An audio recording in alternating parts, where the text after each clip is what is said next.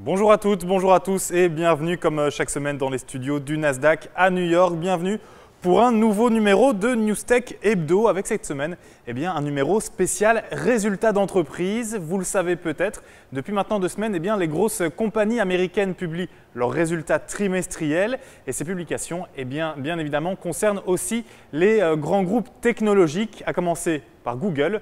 Le moteur de recherche a publié il y a une semaine tout juste des revenus trimestriels estimés à 14,1 milliards de dollars. C'est énorme, mais c'est moins que ce qui était prévu par les analystes.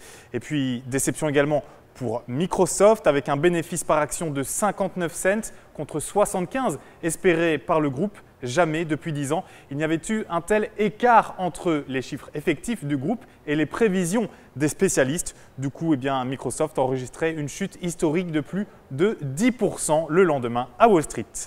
Et puis Google et Microsoft dans le rouge, cela faisait les affaires bien évidemment d'Apple. Mardi, le groupe à la pomme a annoncé avoir vendu lors de ce deuxième trimestre 2013 un peu plus de 31 millions d'iPhone, soit 5 millions de plus qu'il y a un an.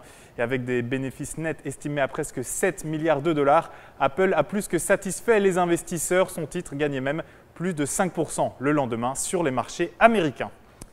Petit tour maintenant du côté du plus important réseau social au monde. Je veux bien évidemment parler de Facebook. Le groupe s'est lui aussi essayé au jeu des résultats trimestriels et il ne s'est pas loupé. Des revenus de 1,81 milliard de dollars, boostés notamment par d'excellentes ventes publicitaires sur appareils mobiles. Facebook qui jeudi a carrément vu son action gagner près de 30% à Wall Street, de quoi, on l'imagine, pleinement satisfaire Mark Zuckerberg. Autre société passée au crible des analystes cette semaine, Netflix, le site de films et de séries en ligne, a, c'est vrai, affiché des bénéfices en progrès, passage de 889 millions à 1,07 milliard de dollars. Mais Netflix a déçu sur un point ce semestre, le nombre de nouveaux membres. 630 000 inscriptions ont été décomptées, là où les investisseurs en attendaient 700 000. Un coup de moins bien qui s'est lui aussi tout de suite répercuté sur l'action du groupe dans le rouge après l'annonce de ses résultats.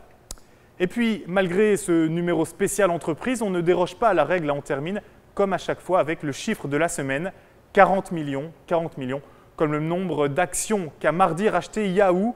Il les a rachetées à un fonds d'investissement au prix net de 29,11 dollars par action, soit un total de 1,16 milliard de dollars pour Yahoo.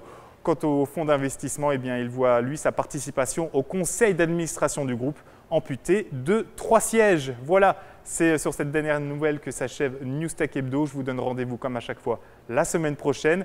D'ici là, passez un excellent week-end et portez-vous bien. Bye.